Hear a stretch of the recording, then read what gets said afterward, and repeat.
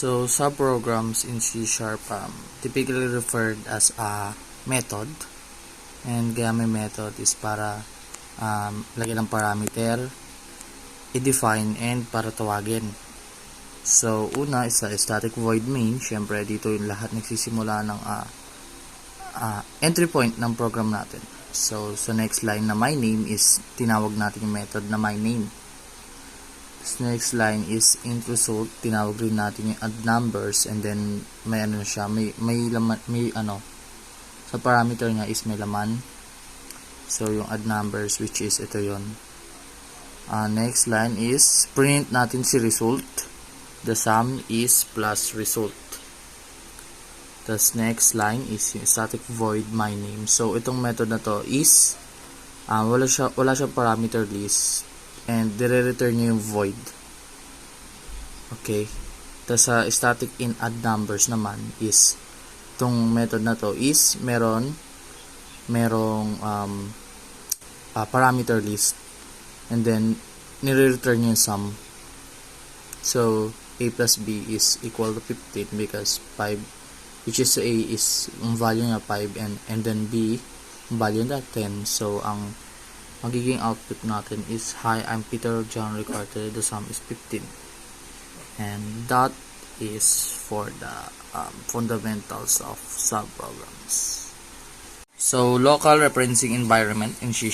So, before we start a program, ang una na talaga natin gagawin is yung static void main, which is syntax na yan.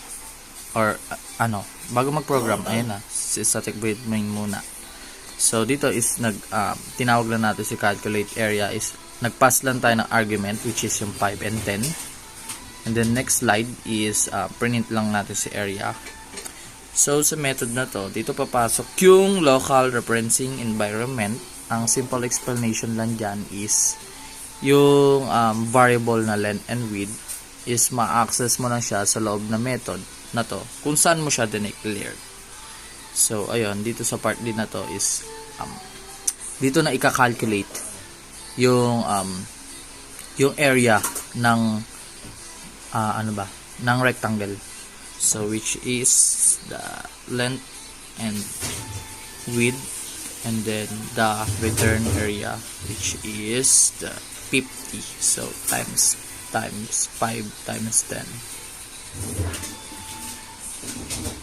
So, parameter passing methods, we have three methods, which is pass value, pass by reference, pass by out. So, meron siyang parameter, list na x, and then in-initialize siya na may value na 10, 20, and 30. So, here in the main method, sa pass by value, a copy of the variable is passed and changes do not affect the original value. So, content siya here. Ang ipiprint niya later on is 5. And in the pass by reference, a reference to the variable is passed and changes affect the original variables. And last is pass by out. A reference to the uninitialized variable is passed. The method must assign a value to the variable and changes affect the original variable. So run natin. So oh shit, sorry, forgot, mali na yung kanina hindi ko lang natanggal. So ayan na. So, siya lang ang hindi na bago. Yeah.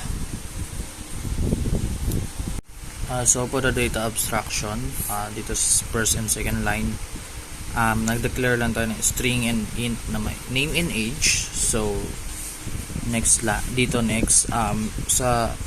gumawa lang tayo ng constructor para sa sa class na person. And then nag-initialize lang tayo ng name and age na may value and na may property na name and age. So dito sa method na to, display person info, dito yung ito ito yung magpiprint ng name and age natin. So ayun, nag-declare ito, may value na siya, may output So dito is nag-declare lang tayo ulit ng ng panibagong class na program. Nandito na rin yung main method. So gumawa lang tayo ng object na person, may Ricarte and 21. So sa person that display personal info is tinawag niya lang itong method na to para itong method na to para i-display yung information ng person. So ang magiging natin output is name, Ricarte, and age 21. Yeah.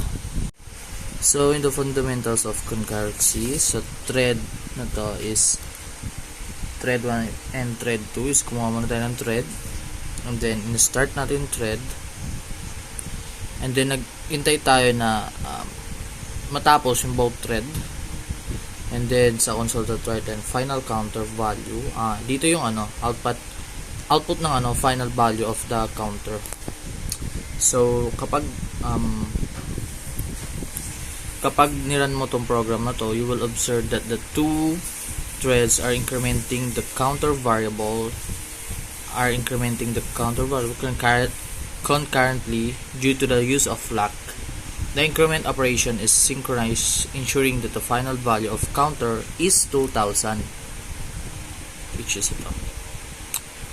So yung na to, yung program na to is dine-demonstrate niya lang yung basic concepts ng concurrency in C#.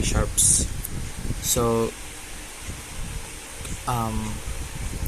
synchronization using lock, which is ito, to prevent race condition when assessing shared resources, which is counter variable, and joining threads to ensure that the main threads wait for all spawn threads to complete before proceeding creation and execution of threads.